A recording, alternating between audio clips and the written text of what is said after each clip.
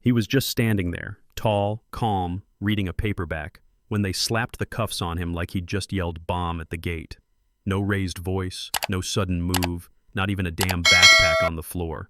Just a leather carry-on, a clean boarding pass, and a silence that apparently made one woman very uncomfortable. Her name? Doesn't really matter. Let's just call her what she was: rich, restless, and ready to report anything that didn't look like her brunch crew.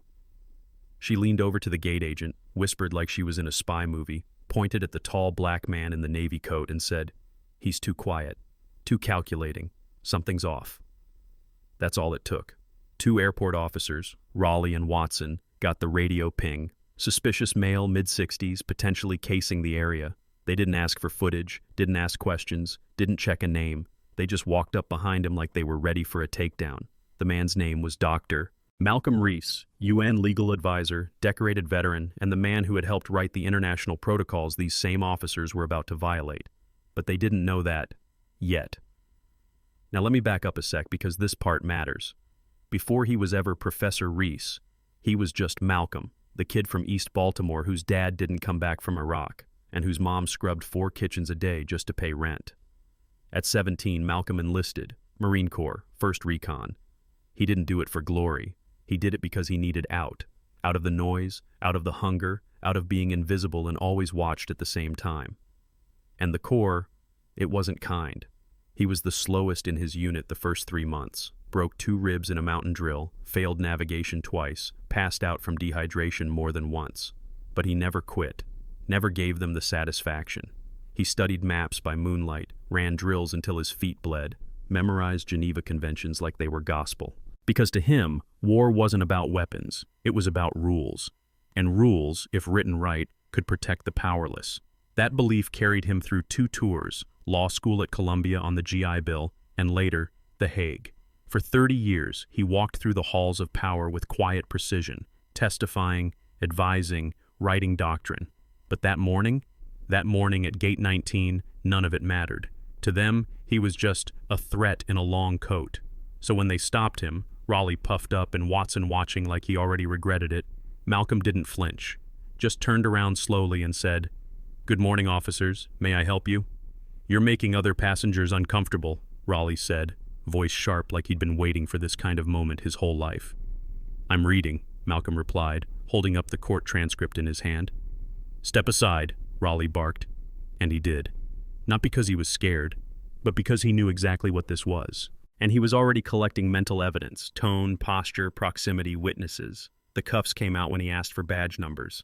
The crowd gasped when he gave his title: Dr. Malcom Rhys, legal advisor to the UN Human Rights Council. But the cuffs stayed on.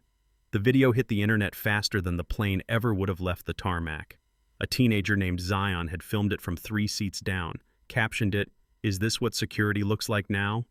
And by the time they dragged Malcolm into the security room, it already had 25,000 views. Now here's where it gets real messy. Because back in that windowless room, Watson's hands were shaking. He wasn't a bad guy, not really. He'd done 12 years on the force, mostly low-risk posts. But when Malcolm looked him in the eye and said, "You never asked who I was," something broke in him. Meanwhile, upstairs, the airport's head of operations, Declan Myers, was watching the footage with his mouth open. "Who authorized this?" he asked. No one answered. By the time he walked into the security office with 2 federal liaisons and a diplomatic ID, Raleigh still thought he could talk his way out of it. "We acted on a report," he said. "Suspicious behavior." "You mean sitting still?" Declan asked. Raleigh stammered. "She said he was watching bags." "Do you mean the ones he owned?" Declan deadpanned. At that moment, the cuffs came off. But the damage? Oh, it had already been done. And here's the twist. Malcolm didn't yell, didn't threaten, didn't sue on the spot. He looked at the officers, nodded once and said, "This isn't just about me. It never was." But that restraint?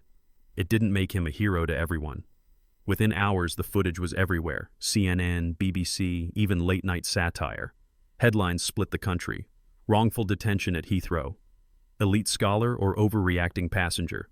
Comment sections lit up like wildfire. Some called him a hero, others called him a fraud. One outlet even ran a piece titled "Dignity or Drama." Local authorities scrambled. The chief constable issued a half-hearted statement. The airport PR rep blamed procedural miscommunication. And Veronica, the woman who started it all?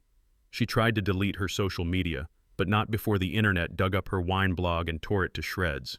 Internal Affairs launched a review. 2 lawyers from the Civil Rights Directorate were assigned. A parliamentary ethics committee scheduled a hearing within 72 hours. Meanwhile, the UN issued a formal inquiry. Turns out when you cuff someone with international protections, you don't just get a slap on the wrist. And Malcom? He was offered a press conference. He declined. Instead, he walked into a high school auditorium in Brixton and said just 10 words. "If this happens to me, imagine those without my name." But things got harder, not easier. Back at his hotel, his phone didn't stop ringing. Some calls were from allies, former students, diplomats, journalists. Others, not so friendly. Anonymous threats, nasty emails, even a note slipped under his door that read, "You embarrassed our country." And the worst part? A young officer named Tanya Ruiz, the only one who quietly objected to the arrest and later testified on Malcom's behalf, was placed on leave the next day. Pending review, they said. She'd stood up and said, "This wasn't procedure, this was profiling."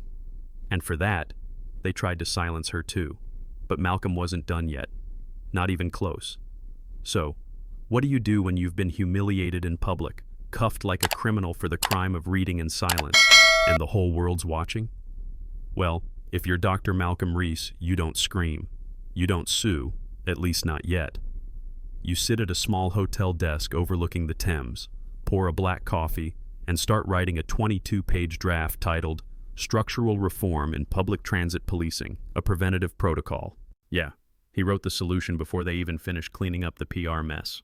By the time Monday morning rolled around, that document, complete with proposed anti-bias retraining, third-party review boards, body cam transparency mandates, and encrypted public complaint dashboards, was sitting on the desks of 6 different government departments. And here's the kicker. The same room that detained him days before, it was now hosting a closed-door ethics hearing, with Officer Raleigh squirming under cross-examination, a barrister flipping through the footage frame by frame, and 2 civil rights attorneys pressing questions he should have asked before tightening a single cuff. Did you ask for his ID before detaining him? No, ma'am. Did he refuse to comply?